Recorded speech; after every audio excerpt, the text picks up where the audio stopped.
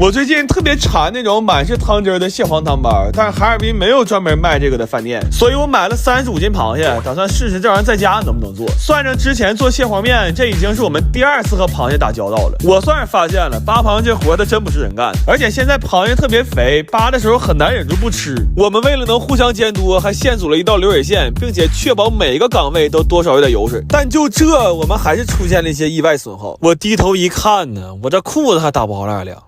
这些是我们7个小时一动没动扒出来的，炒完了一共是6斤6两。我寻思这包上包子不就能吃饭了吗？但是世事难料啊，这包子根本就没个包。这个汤包啊，它讲究一个皮儿薄，所以对手法就有很高的要求。我夯包了1下午啊，翻车了无数回，愣是没得到一个完整的包子。后来我试了一下日食记的方子，它是2叉面粉揉成团之后反复擀压15次。这老高级面粉这么干可太变态了，我一下梦回醒时酥啊。我们擀了2个小时才擀好，然后包完膜给它醒一醒就能用了。到这儿我才明白，合着扒螃蟹是这里他妈最简单的一步啊。面皮儿就非常筋道了，甚至真的可以吹成个大气球。完包子褶我也不纠结了，爱啥样啥样吧。我决定换个思路，我这顿往里塞馅啊，最小的还包了8两。我寻思这活都干了2天了，还一口没吃上呢，我必须得来一个报复性包法。经过了2天2夜，我这汤包终于要出炉了。得力于日食记的配方，这么沉的馅儿，那包子愣是一个没破。这汤汁吸一口又鲜又甜呢，这是我长这么大第一次用勺吃包子。完这蟹壳让我煮汤了，做了一锅没有科技的蟹粉豆腐，这味儿真鲜呢。然后我算了一下，每个包子最少包了5只螃蟹，光成本就200块钱了，它活该好吃。不过这玩意儿好是好，就是寒性太大了，大半夜的也没敢吃姜，就把夏天做的红糖姜块翻出来了。我怎么也想不到啊，5个月前遭的罪，今天居然享上福了。你说这事儿整的。我前2天看了个纪录片，说随着时代的发展，现在潮汕都很少有人做手打牛肉丸了。我看完之后就很感慨，所以我也买了2锤子，打算家试试。主要我看纪录片里的师傅砸的都挺轻松的，但干上之后发现并不简单。这俩锤子加起来6斤重，听起来好像没那么沉，但抡起来绝对坚持不了5分钟。我有一台砸了3分半，手就不能回弯了，然后还开始不自觉的抽抽。问题这肉越砸越碎，根本砸不成肉泥的状态。我们分别在4个地方买的肉，砸了10个小时，但做出来的丸子都是这种一摸就碎的。后来我查了一下，这就是因为牛走得太早了，牛肉一旦宰杀超过6小时，它自己就会出水，这我就很尴尬了。难不成我还得拎着棒子上草原上追着牛跑吗？而且即便我去了，那画面应该也是牛追着我拎俩棒子跑啊。后来我决定先改造一下设备，找了个家具厂买了根木头，把它改造成最适合我们发力的高度。然后我打探到了在100多公里之外的村子有一家专门卖现杀牛肉的，我们连夜就干过去。真的，我从来都没见过这么新鲜的牛肉，它在刚分割下来的时候甚至还会跳动。拿到这样的牛肉，我们1秒都没耽搁，火速就回家开砸了。这个肉砸起来就非常顺利了，半个小时就能砸成肉泥，而且一点也不崩，还特别粘手。就这么一比呀，我们昨天砸那12个小时纯他妈冤种。这回终于要见亮了，买了30斤牛肉，我们5个小时就砸完了。用这次牛肉做出来的丸子真的非常的弹，掰开一个感受一下这种筋道，这才是真正的手打牛肉丸，而且它真的可以当乒乓球打。然后还调了锅骨汤，但熬了4个小时都没变色。后来我到底还是选择了科技改变生活。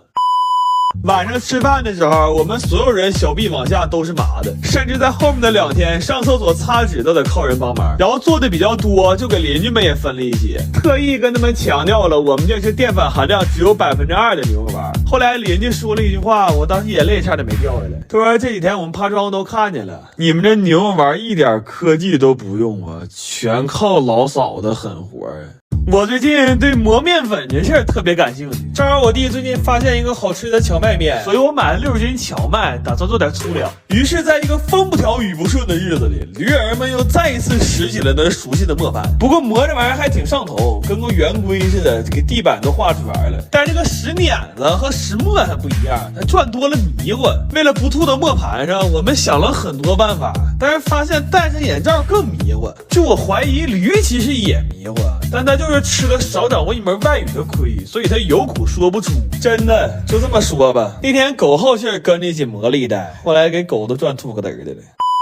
然后过一遍筛就可以得到荞麦面粉了，就很明显能看到自己磨的粉并不白。不过比面粉更珍贵的是这些荞麦皮，就是为了多攒点荞麦皮才买的60斤荞麦。我打算缝出一个世界上最舒服的荞麦皮枕，所以我又花了150块钱买了个缝纫机。据说当年它的始发价格就是这些。然后我们用了5个小时才学会如何组装呢。后来师傅实在熬不动了，说你们赶紧出书吧。结果我们当场被劫了，距离我们研发出世界上第一款长在掌心上的枕头就差了2公分。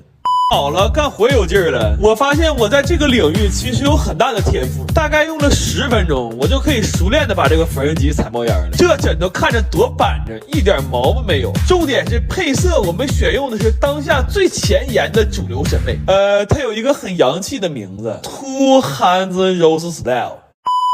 然后又简单和了和面，历时20个小时，我们这饸饹面终于压上了。我现在已经不满足于只吃一碗荞麦面了，我必须得吃海鲜面，还得挑贵的吃，我都恨不得拉饥荒吃。这一宿过得太魔幻了，这驴和老嫂之间疯狂切换呢。我原来最常做的梦就是踩空楼梯，这回可倒好，我连梦了3天踩缝纫机，完早上起来累得腿肚直转筋。你说这他妈过的是什么日子？我上个月烤鸭烤的不是挺成功的吗？于是这个月我飘了，我又花重金买了个烤乳猪的配方，寻思试试这玩意儿在家能不能烤出来。这配方第一页赫然写了4个大字，叫皮不能破，但我选择了选择性失明，因为剔骨实在是太难了。后来我干脆自己制定了一条标准，就是所有在我手里处理过的猪，只要它身上的口子少于我手上的口子，那烤完之后我认定它就是一只好猪。然后我们还改造了一下狗聚德的烤炉，想取一些整砖，但光靠锤子效率非常低，就只能找一些有棱角的地方磕水泥。我是万万没想到啊，生活不光磨平了我的棱角，这回他还偷摸带走了房东的墙角。完这猪烟差不多了，就可以穿串了。但是呢，现在是这样的，我们希望给它烤成这样。找了一圈，发现最适合这个尺寸呢是胖的胳膊，但是着急用也来不及给它卸了，就买了一卷石膏绷带，只是拿它套个拱形模具出来。但是第一次也没什么经验，一不小心给石膏缠死了，索性就直接把脖子也给它缠上了。那天直播好多人都问说小胖到底咋了，其实咋也没咋地，就是气氛到了，不缠上总觉得心里空落落的。这猪还需要再风干几个小时，这回这儿，然后这猪风干的差不多了，就可以开始烤了。我看好多视频都是让一直这么举着烤，问题这猪10来斤的也举不动啊。主要前2天做猪生面刚交代了下半身，今天眼瞅俩胳膊也得扔着，好家伙，这现在吃个饭怎么这么难呀？我们一共准备了2只猪，原本是打算一只烤光皮儿，一只烤麻皮儿，结果最后2只都烤成了糊皮儿，但这一点都不耽误它好吃。来个小猪腿儿，再蘸上酸辣酱，我天哪，给我香的一愣一愣的呀！然后我看人吃烤乳猪，最后都得摔个盘子，但我也没舍得。不过该有的仪式感还是得有的。我散步了一圈之后，决定把小胖的石膏锤了。敲完这一锤，我们的夏天就结束了，因为现在哈尔滨晚上已经不到10度了。这才8月份呢，太他妈不尊重夏天了。